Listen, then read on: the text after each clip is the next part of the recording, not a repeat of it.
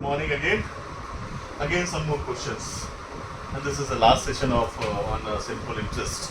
So start करते हैं 16 question से 15 क्वेश्चन से मैं कह रहा ए लेंस 2500 रुपये, ये हमारा 15 क्वेश्चन है। 9 एक्सरसाइज ए लेंस टेस्ट कितना तो इसको suppose let a lens is x. दूसरा केस ए लेंस नहीं सॉरी, इसको तो 2500 दे रहा है। ए लेंस 2500 इज 2500, ठीक है। And sum to C, certain sum to C, certain sum की बात आ गई। तो let a lens to C is equal to rupees X। आप दोनों लिखते जाओ, टाइम बाई टाइम जो भी है लिखते जाओ। आप क्या कह रहा है, C at the same time 7% पर annum, मतलब रेट कितनी है 7%। यहाँ पे भी रेट कितनी है R2 is equal to 7%, ठीक है। If after 4 years time T1 is equal to 4 years, T2 is equal to 4 years, clear? और इसके बाद में दोनों SI 1 प्लस SI 2, इससे जो इंटरेस्ट मिला है इसको 1120 रुपये। क्या निकालना है, तो यही E ने C को कितना सम दिया, ये X की वैल्यू निकालना। SI 1 is equal to T1 R1 T1 upon 100, SI1 is equal to 500 into R1, 7 into 4 100, SI2 is equal to P2 कितना है X into 7 into 4 100। सम कर लेते हैं, SY1 plus SI2 is equal to कर ले क्या करने की जरूरत है।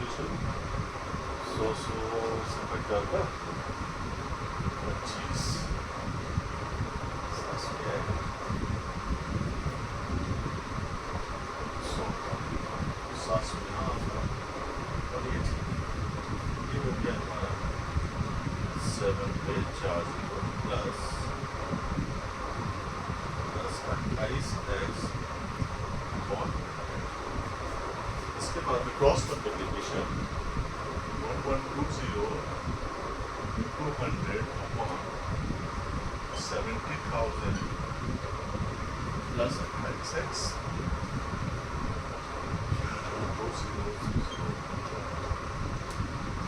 70,000 plus 26।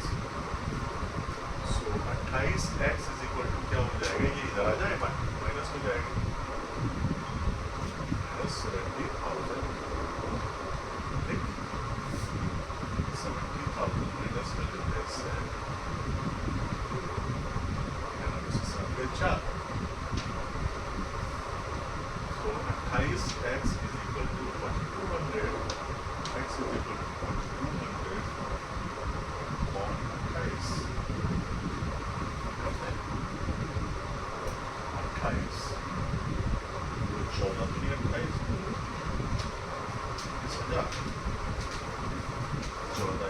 14 और 7 7 21 14 25 70 तभी आ गया 32।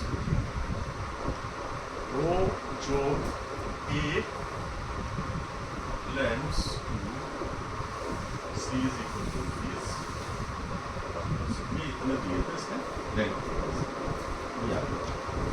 इसके बाद में आ जाते हैं क्वेश्चन नंबर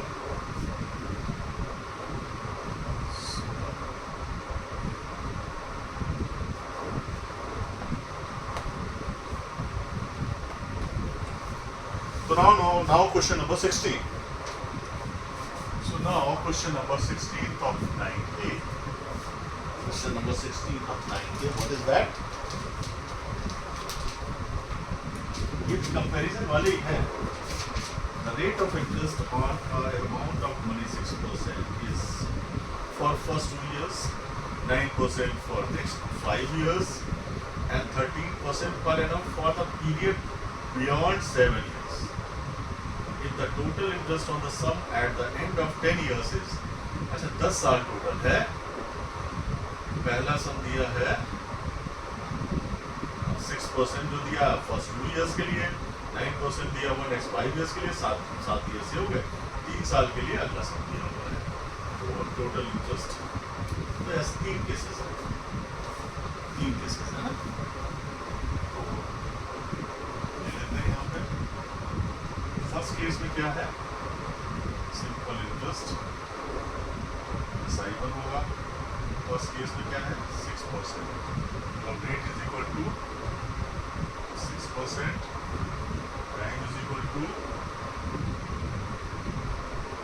फर्स्ट 2 इयर्स, ठीक, R1 और D, दूसरा R2 एंड सर्टेन सम है वो तो P है, और R2 कितना है,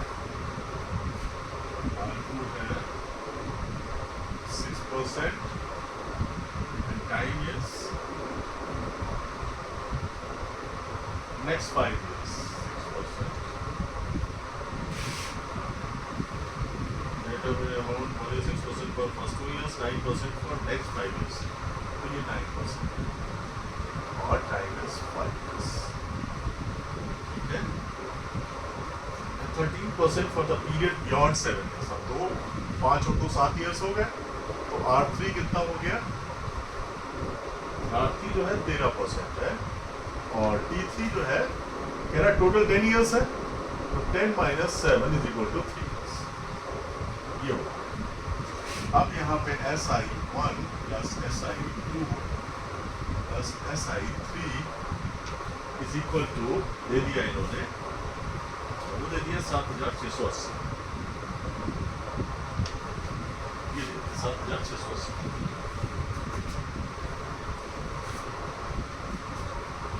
ये निकाल लेते हैं, तो इनकी वैल्यू निकाल रखते हैं, P into 6 into 2 upon 100 plus P into 9 5 upon 100 plus P into 13 into 3 upon 100 is equal to rupees 7680। Clear, इतना समझ में आ रहा है? अब इसको हम लोग कर लेते हैं, 100 है चूंकि तो 100 ही रख लेते हैं नीचे, 12 P प्लस 45 P प्लस 7680, इसका सब कितना आएगा, 7 9 7 16 6 यहाँ से 1 4 4 8 96 P अपॉन 100 इक्वल टू 7680, 96 ही आएगा, चेक करो 96 ही आएगा।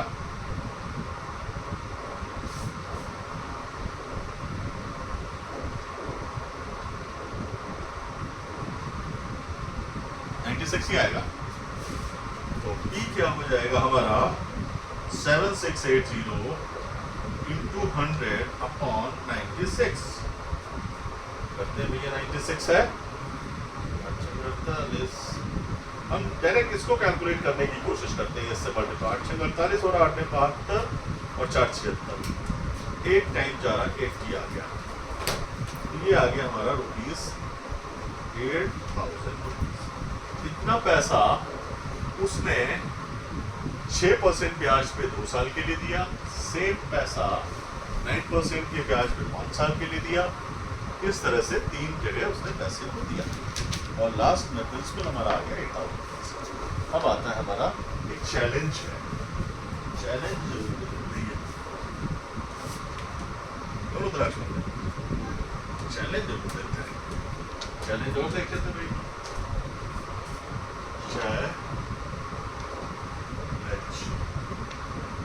challenge can coin invested certain sum in 3 different schemes। अलग अलग स्कीम में पैसा इन्वेस्ट किया, 10% per annum, 12% per annum, 15%। 3 interest है। The total interest accrued in 1 year is 3,200 and the amount invested in scheme C was 150% of the amount invested in scheme A and 240% of the amount invested in scheme B। And what is the amount invested in scheme C? बहुत तो करते हैं इसको।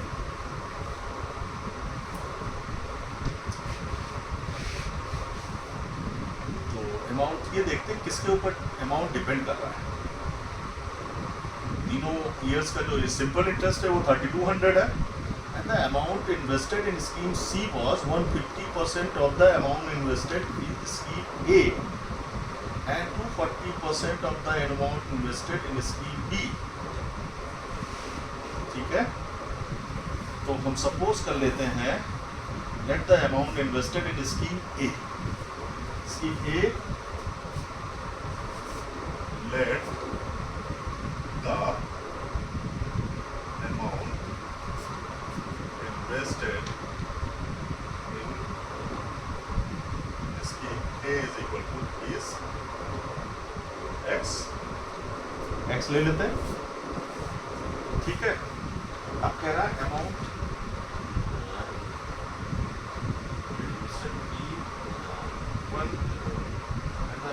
invested in scheme C was 150% of the amount invested in A। तो amount invested in C निकाल लेते हैं। amount invested in scheme C is equal to कितना 150% और 150% of x 150 upon 100 x 0 ये 15 upon 10, तब ये आ गया 3 upon x, आ गया 3/2x। ठीक है, अब क्या है, और क्या कह रहा है invested and 240% of the amount invested in scheme, ये भी देखना है।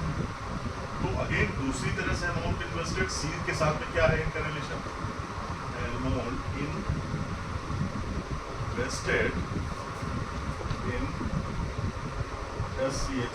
स्कीम सी, ये भी निकालना है। अब ये 150% तो ऑफ ए था, वो एक्स हो गया। अब सी जो है ये बी पे भी डिपेंड है, 240% ऑफ बी, मतलब 240 अपॉन 100 इंटू बी, जो कर गया 2 पंजे 10, तो 12 12 अपॉन 5 बी, कितना आ जाएगा ये 12 अपॉन 5 बी। ये दोनों स्कीम में सी में इन्वेस्टेड है, ये भी सी में इन्वेस्टेड है, ये भी सी में इन्वेस्टेड है, तो ये दोनों इक्वल हो जाएंगे। तो investment 12 upon 5 B is equal to 3 upon 2 B to X, हमें एक्स के फॉर्म में निकाल लेते हैं। बी इज इक्वल टू कितना हो जाएगा 3 अपॉन 2 इंटू 5 अपॉन 12, 3 चक्कू 12, 5 अपॉन 8, एक्स भी तो है एक्स, बी में कितना अमाउंट इन्वेस्ट हो रहा है 5 अपॉन 8x। अब सबका अमाउंट आ गया भैया। सबका अमाउंट आ गया। तो इन्वेस्टेड इन तो ए में जो है अमाउंट इन्वेस्ट हुआ एक्स हो गया, और स्कीम सी में जो अमाउंट इन्वेस्ट हुआ 3/2x हो गया, और इन्वेस्टेड इन स्कीम बी में जो इन्वेस्ट हुआ वो 5/8x हो गया। तो पता चल गया। अब हम निकाल लेते हैं, आगे बढ़ जाते हैं। ओके, तो अपन चलते हैं ऐसा। अब क्या करना है, जो टाइम दिया वो समझ लेते हैं।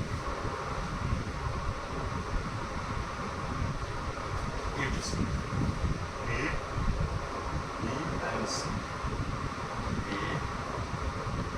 10%, 10%, and 50%.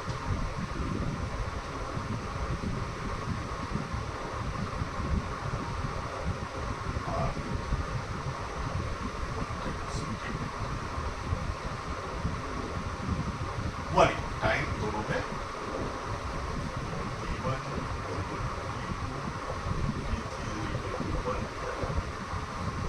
SI1 is equal to B bar 10 1 upon 10.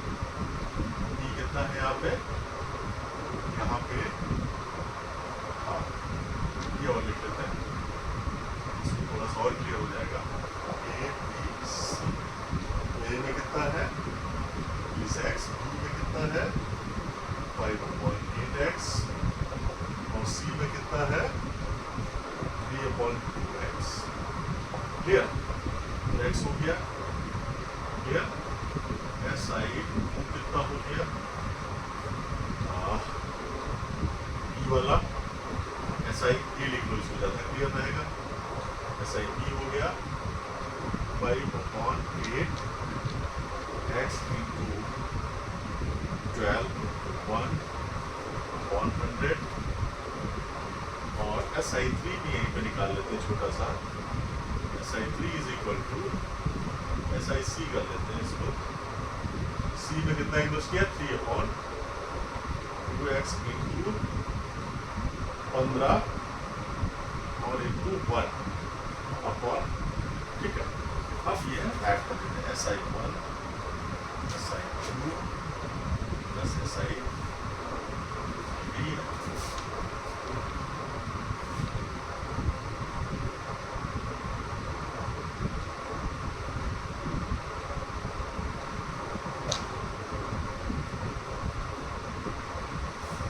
ये दिया हुआ 3200, ये दिया हुआ SI1 SI A plus SI B plus SI C is equal to 3200 is equal to, ये अपना आ गया 10x/100 प्लस ये 8 है तो कुछ छोटा कर लेते हैं, 4 दूनी 12 4 दूनी 8, ये हो गया 15x/200 हो गया, प्लस ये भी 200 हो जाएगा, ये हो जाएगा 45x/200।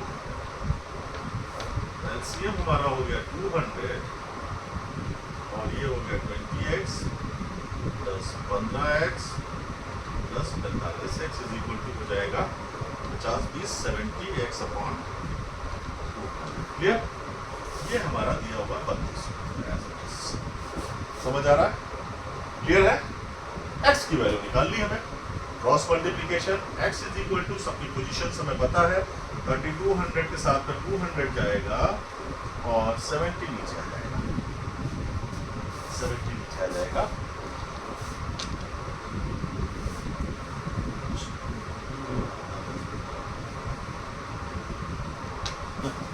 कैलकुलेशन हमेशा 50 नहीं, उसके ऊपर हो रहा है 15 3 25 15 और ये हो गया 2 x हो गया 10/100 10 into 20 200, ऐसे हो रहा है 20x प्लस 15x 48 सेक्शन 2 हमने है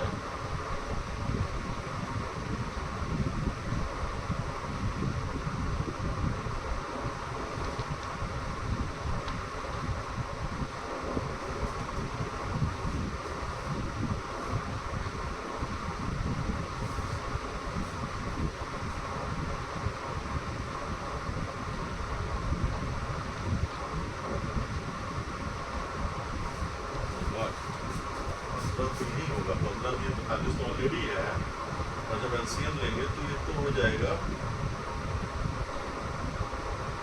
45 ही रहेगा 45 200 हो गया 45 ठीक है 5/8 हो गया तो ये सब कॉपी हो गए 48 ओ माय गॉड क्या हो गया 60 हो रहा है दिमाग खराब कैलकुलेशन 80x होगा अब 80 आ गया है तो ये हो जाएगा 0 5 32 400 और ये अपना आ गया रुपीज 8000 ये सब आंसर मतलब कहने का ये है प्रिंसिपल था P was rupees 8000. So this finishes your simple interest. So thank you everyone.